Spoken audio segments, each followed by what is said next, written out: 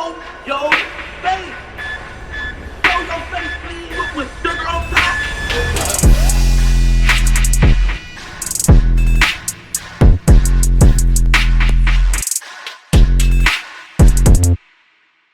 Hey, what's up, y'all? Y'all know my slogan.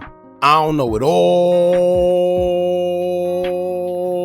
but I know what I've been through. Now, before we get into this video, make sure you check us out on Patreon at www.patreon.com/Hookah Anonymous _. You guys been telling us to create one for the longest, so we recently created a community where we will upload videos that we can't share on YouTube due to their guidelines. We'll also be dropping the latest to there first, behind the scenes information that you wouldn't find anywhere else on our socials. So make sure you become a member, and after you do that, head over to our official Instagram page at Hookah Anonymous _ and follow us there.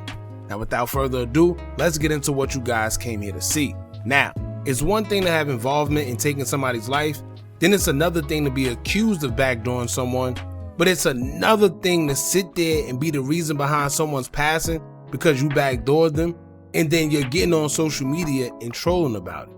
Literally a sad situation, y'all. I don't think I've ever seen someone troll after backdooring someone and then skip town because the whole city is after you. Sounds like something straight out of a movie, but this is someone's actual life. For y'all that don't know, up-and-coming rapper from Chicago that goes by the name Lil Scoom was shot and unalive on June 8th, 2024. He was waiting for his Uber in the 700 block of East 89th Place around 11:50 p.m. with another individual that was 16 years old. Lil Scoom was approached by someone, an argument transpired, and then he was shot 3 times. Twice in the chest and once in his right arm. The 16-year-old boy he was with was also shot twice, but he was hit in the thighs and is expected to survive.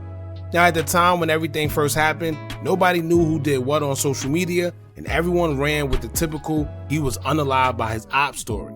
But it wasn't until someone behind his Facebook account would have a different narrative. Someone who identified themselves as Lil Scoom's mom took to his Facebook account to let the world know that something was fishy behind Scoom's passing, and let it be known that he was possibly set up. This will make sense because in the police report, it says that whoever shot Scoom argued with him before shooting him and the person that he was with. Now what op do you know is going to argue with you if they see you? 9 times out of 10, if an op catch you, they're either going to take your life right away, fearing that you'll try to take theirs, or vice versa.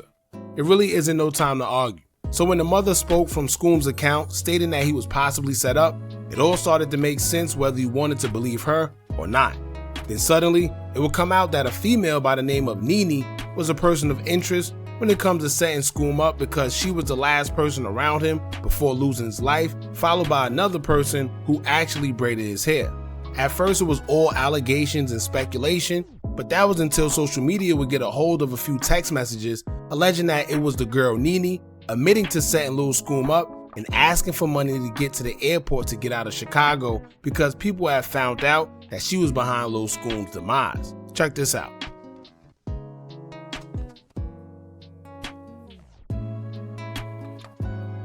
Then, somehow social media got a hold of another message between Nene and the person she was allegedly setting him up by. She could be seen telling the person that he was there.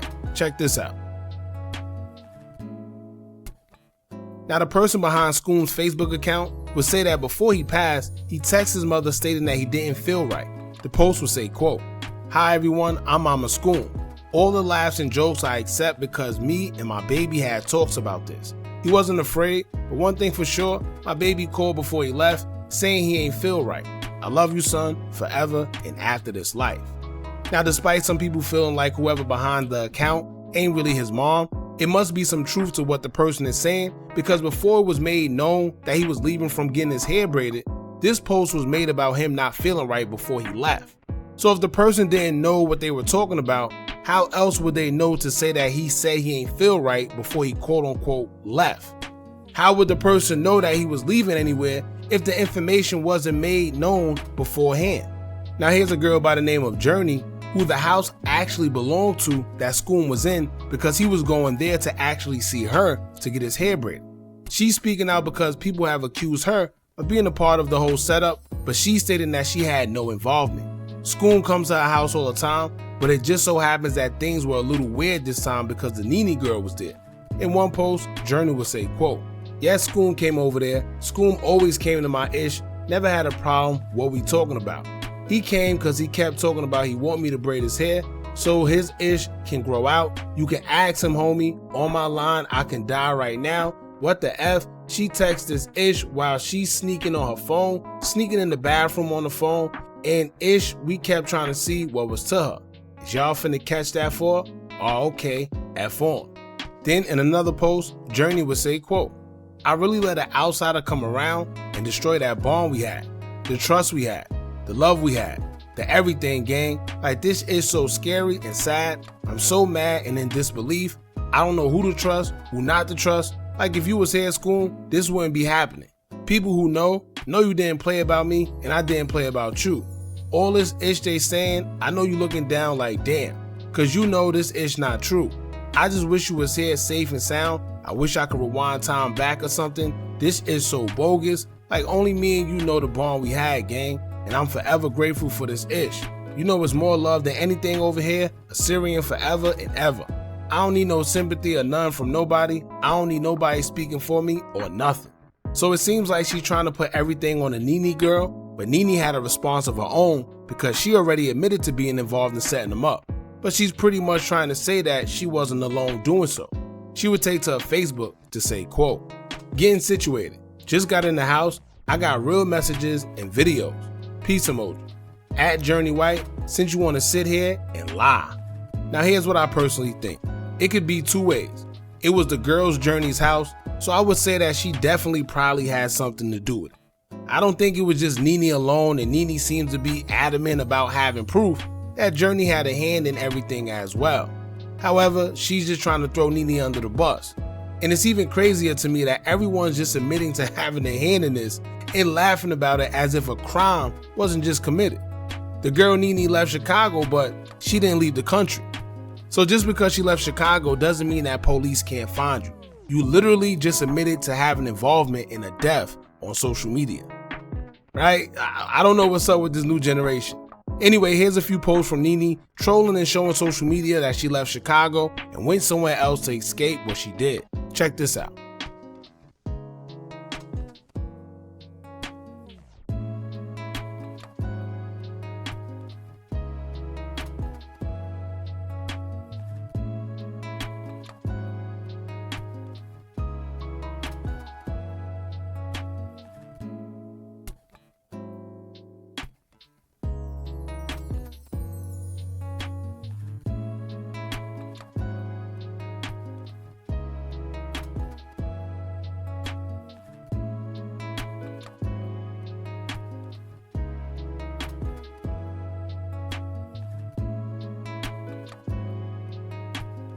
Now the mother will make another post after all the Nene allegations came forward and been all over social media, and she's been pretty stern that Nene is just a pawn in the situation. She would say, quote, "Stop believing them people, then they making other unknown accounts saying the girl backdoored them to switch it up. My son got unalived by someone he knew. All I'ma say is, how the F he getting his hair did with a fro? Like, stop trying to piss me the F off. FaceTime or book time me, but all that extra ish, I'm not in the mood to clear anything else up. Just know he get what he did from his mom and dad." That was kind of crazy because she's letting it be known, whatever he's known for in the streets, so was his mom and dad. Yeah, so I guess he just came from a family of savages, man.